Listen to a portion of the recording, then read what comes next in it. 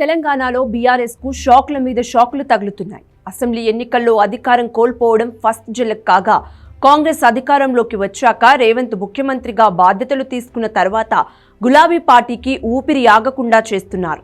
Car party ప్రతి బలం మీద దెబ్బతీసే ప్రయత్నం చేస్తున్నారు.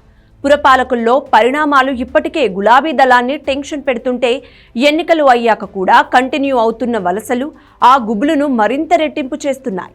Rajendra Nagar BRS sitting MLA Prakash Goud హస్తం పార్టీ తీర్థం పుచ్చుకునేందుకు సిద్ధమయ్యారు అంటే అవును అనే సమాధానమే వినిపిస్తుంది. మంత్రి పొన్నం ప్రభాకర్తో ఆయన భేటీ కావడం రాజకీయంగా ఆసక్తి రేపుతుంది.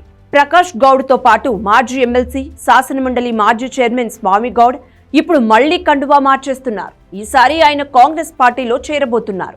మంత్రి పొన్నం ప్రభాకర్ ఇంట్లో స్వామి గౌడ్ టిఫిన్ మీటింగ్ జరిగింది. ఈ సమావేశంలోనే ప్రకాష్ గౌడ్కు కనిపించారు.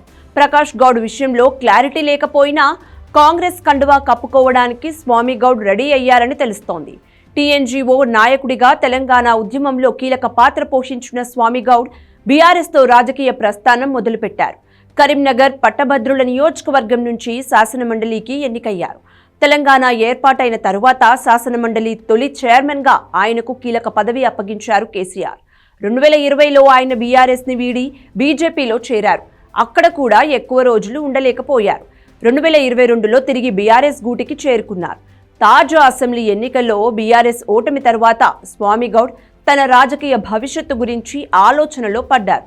ఇప్పుడు కాంగ్రెస్లోకి వస్తున్నారు. ఇక అటు ప్రకాష్ గౌడ్ రాజేంద్ర నగర్ నియోజకవర్గం నుంచి హ్యాట్రిక్ ఎమ్మెల్యేగా నిలిచారు. అయితే పొన్నం ప్రభాకర్ తన సామాజిక వర్గానికి చెందిన నేతలందరికీ గాలం వేస్తున్నారా అనే జోకులు పేలుతున్నాయి. ఈ మధ్యే బీజేపీ నుంచి విక్రమ్ గౌడ్ను పార్టీలో చేర్చుకున్నారు. ఇప్పుడు స్వామి గౌడ్, ప్రకాష్ గౌడ్ కూడా అదే బాటలో నడుస్తున్నారన్న ప్రచారంతో పొన్నం ప్లాన్ అదుర్స్ అంటూ కామెంట్లు వినిపిస్తున్నాయి.